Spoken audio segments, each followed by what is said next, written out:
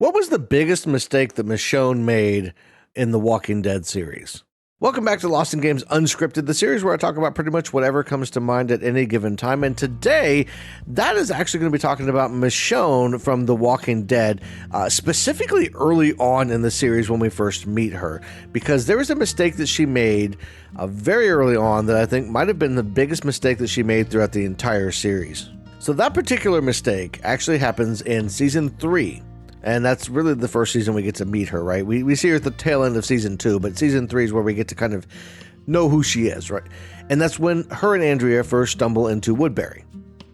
Now, they first find them, obviously, when the governor and the group are checking out the downed helicopter, and Merle comes up behind them. Andrea passes out. They wind up getting taken back to Woodbury, where they are given medical treatment and food and shelter, right? And from the beginning, Michonne she doesn't know what to expect. She is almost a conspiracy theorist. If you look at the situation as a whole, and it's okay. It's one thing in that situation in the zombie apocalypse to be a little bit weary, right? If something seems too good to be true, it can almost be like, well, what's going on here? Because with Woodbury, it's like, hey, we're bringing you in. We recognize that people are a resource. We have food, we have shelter, we have clean drinking water. We have some great amenities. We've got a wall that's kept the walkers out. Things have been really good, right? And that's the story that they're given. Now, Michonne, from the get-go, from the very first time they're in there, is like, something's not right here. I don't like this, right? When she meets the governor, she's very suspicious of the governor. She's calling out. And to be fair, it could just be that maybe she's just good at reading people. Maybe she gets that bad vibe and, she's going along with that. And I know the biggest argument that I'm going to have in the comments that people are going to say is, well, it turned out she was right. The governor was a psycho, right? And yes, that is all true. But I'm going to caveat that because put yourself in a situation, which real life. Now, for the drama of the show, and I'm going to talk in another video about the governor in particular, because I think the governor is one of the worst written characters in the entire show. So I'm going to be talking about him because specifically when it comes to the governor, we were given way too much as an audience way too early, right? So we knew that Michonne was correct. But put yourself in Andrea's shoes and try to imagine you've been on the road, you've been sick, you nearly have died who knows how many times.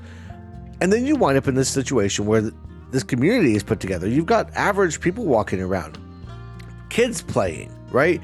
It's a more old school. It's like it was before the world fell in a way, but with more survival stuff, right? It's a self-sustaining kind of community, and they send groups out to scavenge and stuff, which you would expect, but they've kind of got a good thing going, and they offer you medical supplies, they offer you food, they offer you shelter. And then your friend that you've been traveling with for a year, who hasn't told you anything about herself, is like, there's something not right. I don't like this. Now, if I'm in Andrea's shoes, I'm looking at that and I'm saying, gee, Michonne, maybe settle in, maybe give it a chance, relax a little bit. Maybe you're just a little on edge because you don't want to be in this situation. And there are people in the end of the world scenario that wouldn't want to be living in a community, right? There are a lot of people that if the world fell tomorrow would be like, oh, good, I don't have to worry about bills or going to work, or like there would be some people that would be happy about that. But the majority of people would want to come back to some semblance of normalcy, something about the old world, right? That having the houses and having some food that's available, being able to let your kids play in the yard, that all is stuff that a lot of people would want to have back, and Andrea is one of those people. So Michonne, she's already suspicious. And then right before she leaves, she goes to get her sword back, and she breaks into the governor's room and she gets her sword, but she hears a noise. And that is the first indication that something is off behind the scenes, that she's like, okay, there's something weird here. What's that noise, right? And that has to bug her. But she doesn't get the chance right away to look at it because the governor comes back, she winds up leaving. Eventually, she leaves Woodbury altogether, has to escape from Merle, and winds up finding the prison, right? And she only finds the prison because Maggie and Glenn got captured by Merle. Long story short, she winds up coming back to Woodbury with Rick and Daryl, and there's bunch of other people there, and they're all there to rescue Maggie and Glenn. And then she decides it's not just a rescue mission for her. She wants to go find out what that noise was she heard in the governor's room. And she goes up there and she's looking around. She's trying to find something on him because she's trying to figure out what she... And then she opens up the door and finds the wall of walker heads that are sitting in the jars in the aquariums, right? And then she finds Penny. And Penny is the governor's daughter. Now, for all of the faults that the governor has, you can tell he's been through a lot. He lost his wife prior to the outbreak, all the stuff that he talks about. And then his daughter died at some point after, and I don't think it's ever made 100% clear exactly how that happens. But his daughter has died. He can't face it. Very much like Herschel. Herschel thought that walkers were people, right? He thought that there was still a spark inside them. So he was convinced that I'm going to save them all in the barn, and maybe we can find a cure. And for the governor, it's the same thing with Penny. He sees this as his daughter. He sees this as there is still something inside her that is the girl that I have been raising that I loved, right? She just tries to bite me every once in a while. So what he does is chains her up and puts a thing over her head and shoves her in a closet. And every once in a while, he'll give her some food and stuff like that, and he'll bring her out and he'll brush her hair. We see the scenes like that. So he really does care about her, even though she's a zombie. And then Michonne comes along and decides, I'm not going to let this I'm not going to let this stand. This governor dude, I'm pretty sure he's evil. He's done some horrible things, I'm pretty sure, even though she doesn't know the extent. She knows that Merle came after her, but she doesn't know all of the details of everything that's going on, right? So she's still just going on a whim. And she's standing there with her sword out, and she's getting ready to chop off Penny's head when the governor shows up, and he's like, hey, please don't. He's begging her. Please don't do something. And it's not like some of the other things. You know, we've seen the manipulation from the governor, and we have seen him, the way he talks to Andrea, and because we know the truth behind all the stuff that he's actually doing, we can kind of see through the facade.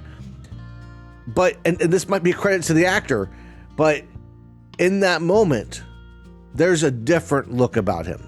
It's not a manipulative look. It's not a trying to trick her. It is, please don't kill my daughter. She's everything to me. She's my world. And Michonne doesn't give a shit. And she winds up cutting off Penny's head and killing the zombie. Like, as easy as it is to say, well, yeah, it was a zombie. You have to put yourself in the governor's shoes, and you have to understand that he was a broken man. He was trying to lead the place, and he did a lot of bad things. I'm not going to excuse any of the stuff he did, but you have to understand that he still thought she was alive somewhere in there. That's why he was having Milton do all of the experiments that he was doing, you know, trying to figure out, is there some way to bring them back?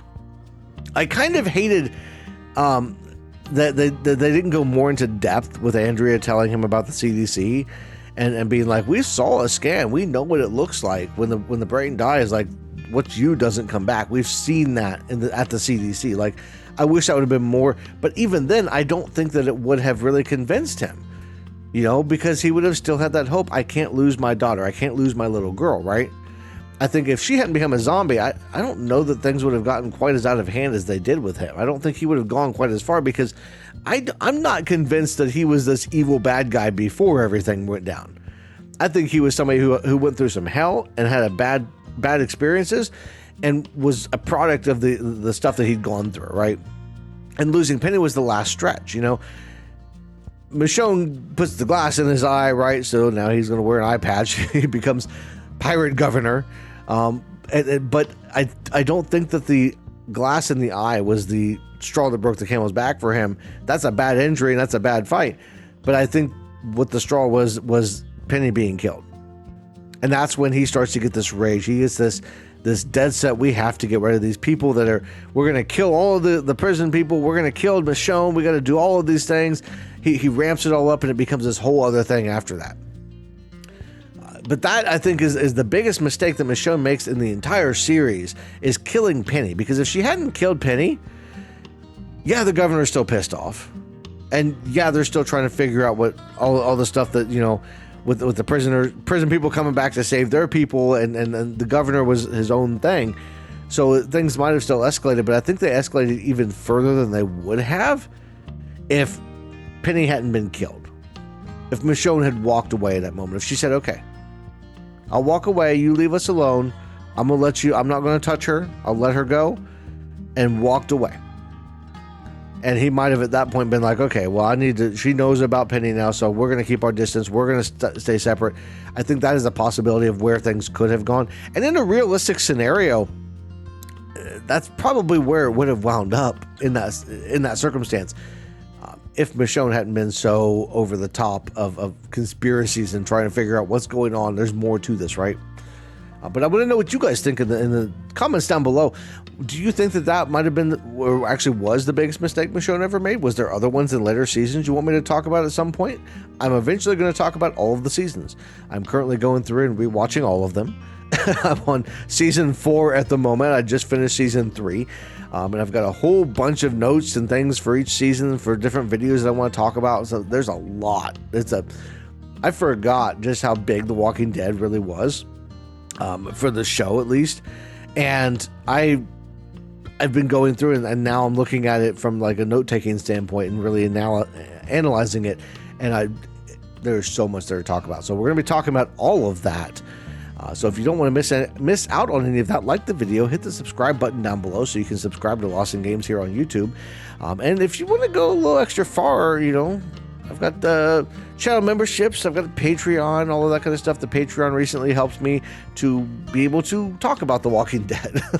I was able to pull forward some money from Patreon and get The Walking Dead so that I could talk about it. So if there's anything else you guys want to see, there's other series I'm going to be covering as well on the channel as we move forward in time. So if there's any shows or movies that you're particularly interested in hearing me talk about, I've got some things like The Hunger Games. Somebody suggested Jurassic Park the other day. That might be a kind of cool one.